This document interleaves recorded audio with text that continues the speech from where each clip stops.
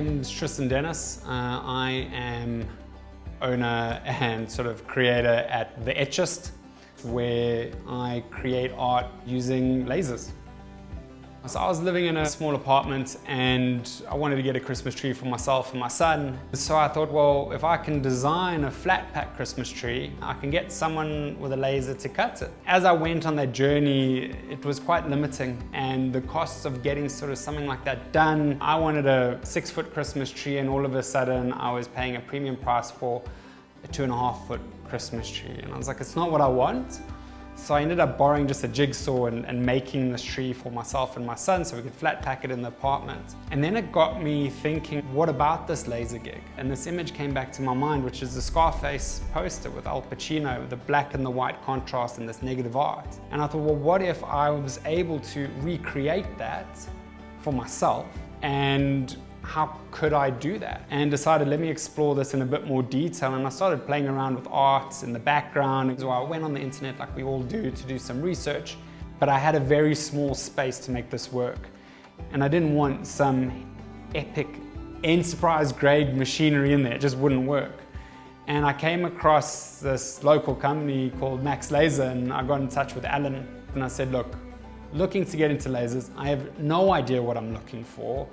Can I come and chat to you? He's like, absolutely. So we went through to his showroom, and I thought it would be like 20-30 minutes, and I left 2 hours later and he had an order. So it was a great experience, and I was able to find a machine within my budget that I could, as a sideline hobby, turn into a bit of a sideline business and start generating a bit of income for myself and for my son, and make sure that I could support my family through a different revenue stream. So Alan and MaxLaser and a bunch of guys started a competition, and Alan invited me to join this thing. He thought, like, you know what, you've got something that you want a few more people to see. So my style is very different to what I see, especially from a laser cutting perspective. So either I do portraits for families, or I do signage and stuff like that, which it's a 3D space, but it's very flat. So it's one layer on top of another, and that's it. The other area I do is maps. Just street maps, and the detail in that is rad. So how do I create something that is going to be seen by people who don't know me? And I thought, well, we're South African.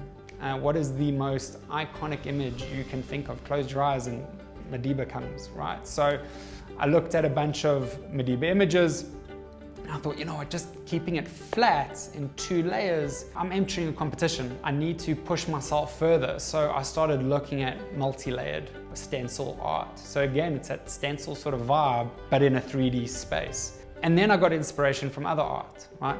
Andy Warhol with Marilyn Monroe. Like, it's another one where you look at pop art as an influence, that's going to stand out. You look at modern day and what's unique to South Africa that is globally recognizable is Mandela. So I started working on putting the two together, and that's how the Madiba piece came into fruition.